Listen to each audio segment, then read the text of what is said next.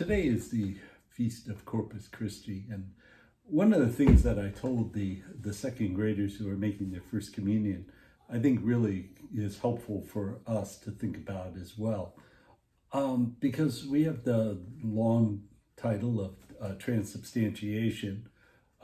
Transubstantiation basically says that even though it looks like bread, smells like bread, tastes like bread, looks like wine, smells like wine, tastes like wine, it's the body and blood of Christ.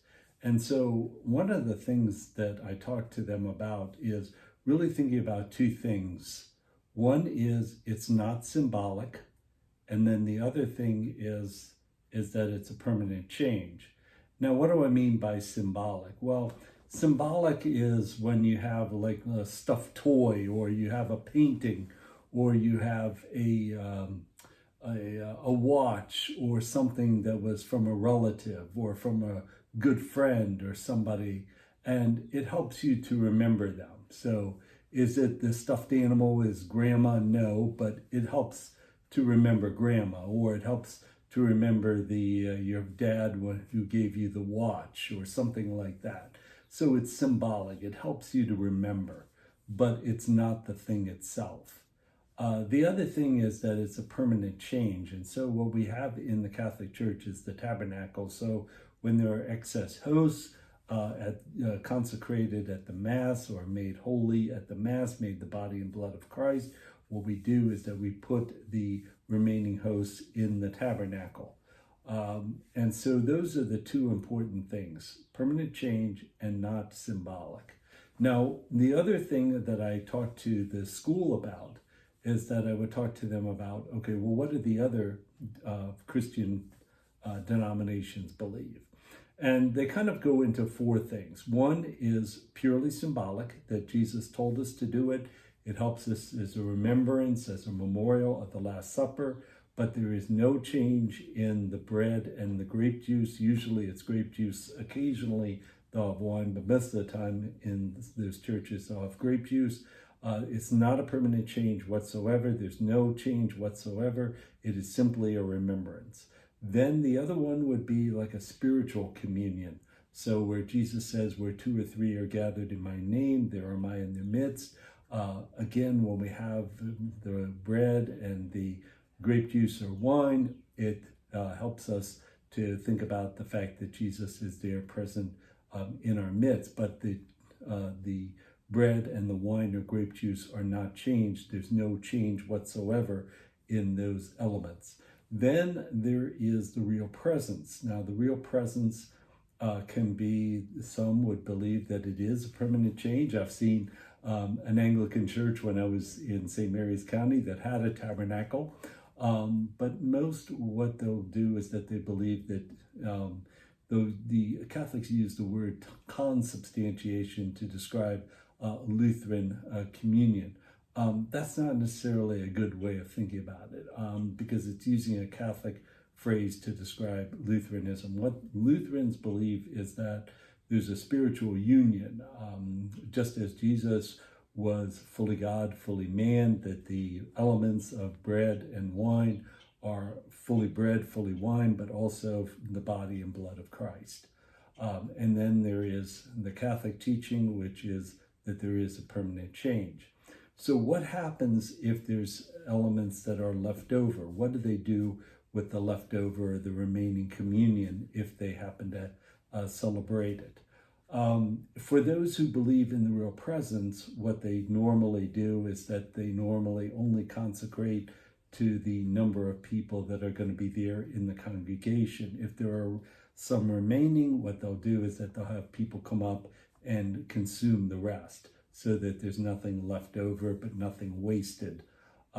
What do they do with those who believe in a spiritual communion or this purely symbolic? It really depends.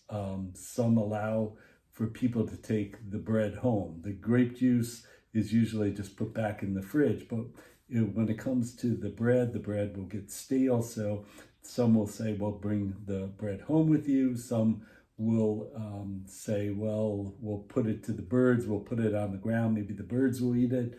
or some even throw it in the garbage, because it's, again, if you truly believe that it's symbolic, that there's nothing special about the bread and the wine, especially when the communion is over, then they say, well, you can just treat it as you would normal bread. You have too much bread, okay, it's going to get moldy, you just put it in the garbage. So that's what some do. So it really depends upon the church.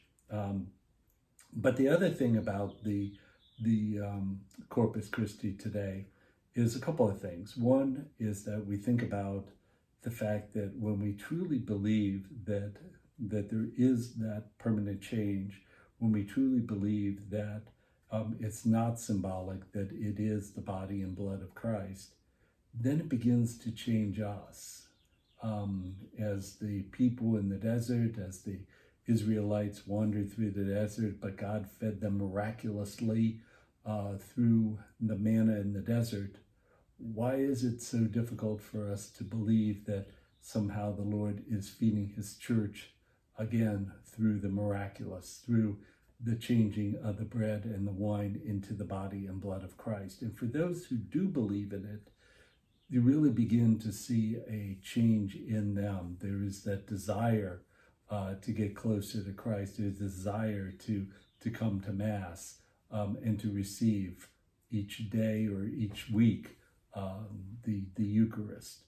For those who do not, for those who take it unworthily, those who have sin in their lives that are and have not repented, have not yet gone to confession, there's a line in Paul's letter to the Corinthians that said that some of you are receiving unworthily, are sick, and so forth. So even some have even passed.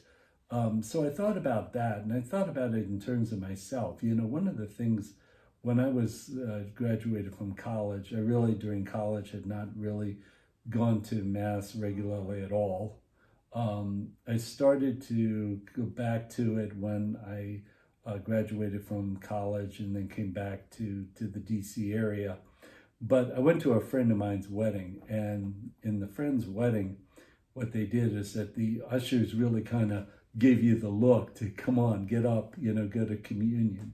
So I did, even though I knew that, that I was not really prepared to receive communion. So I really asked the Lord to forgive me on that one.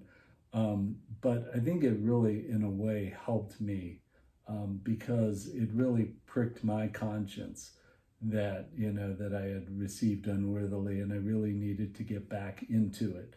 So maybe it took a few years. It took maybe 2-3 years, and started getting back even further and getting more involved. And then eventually getting involved led me to consider the seminary and then becoming a priest. So what we think about today with the body and blood of Christ is two things that are important for us to remember.